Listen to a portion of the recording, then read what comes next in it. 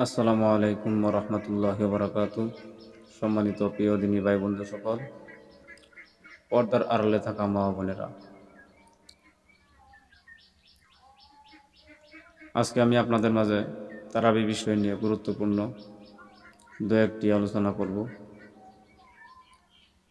আমাদের মাঝে যে আলোচনাটি আজকে আপনাদের মাঝে করব, আমাদের মাঝে এরকম ঘটনা বহুতের ঘটে, কিন্তু এরকম করলে আমাদের নামাজ হবে কি না হবে না, আজকে আমরা সুন্দরভাবে জেনে নেব ইনশাআল্লাহ।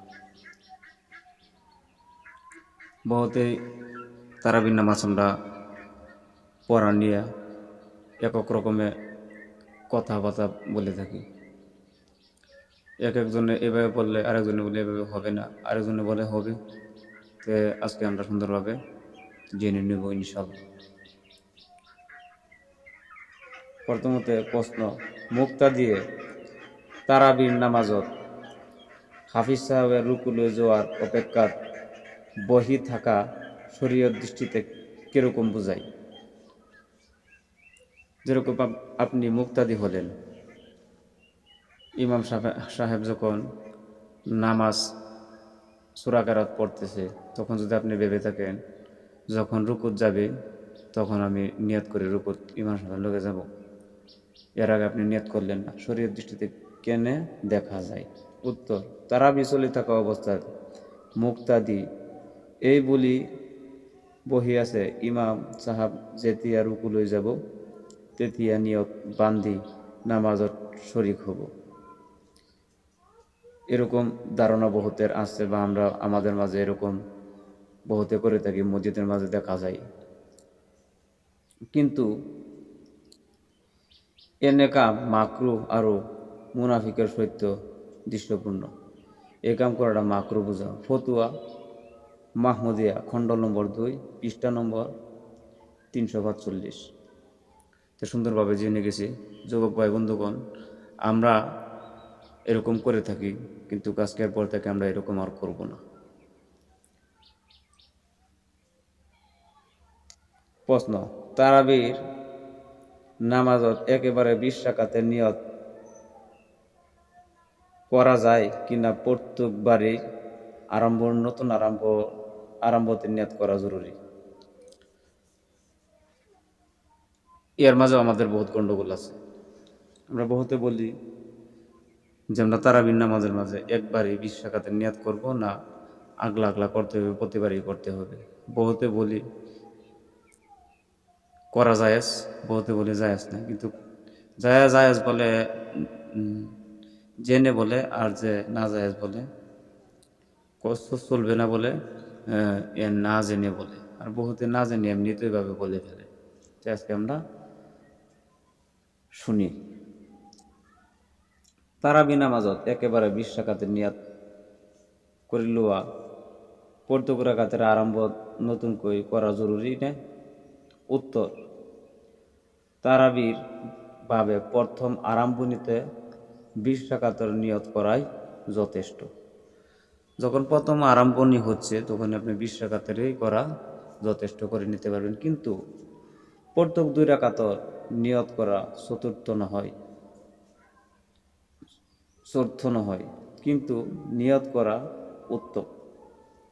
এরকম কোনো গুরুত্বপূর্ণ নয় যে করতে হবে, কিন্তু করাটা ভালো। যেরকম অজু থাকা অবস্থা আপনার মনে আছে না নাই, আপনি বলতে পারেন না, অজু করে নেওয়াটা ভালো। এরকম অজু আছে, আপনার দীর্ঘ সময় গেছে, নতুবা অজু করাটা যেরকম আপনার জন্য ভালো, না করলেও চলবে, কিন্তু করাটা ভালো, এরকমই। ফতুয়া রাহিমিয়া খণ্ড নম্বর 1 পৃষ্ঠা নম্বর 346।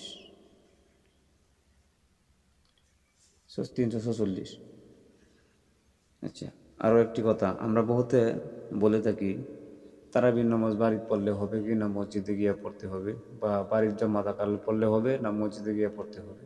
তো আজকে আমরা সুন্দরভাবে জেনে যাই।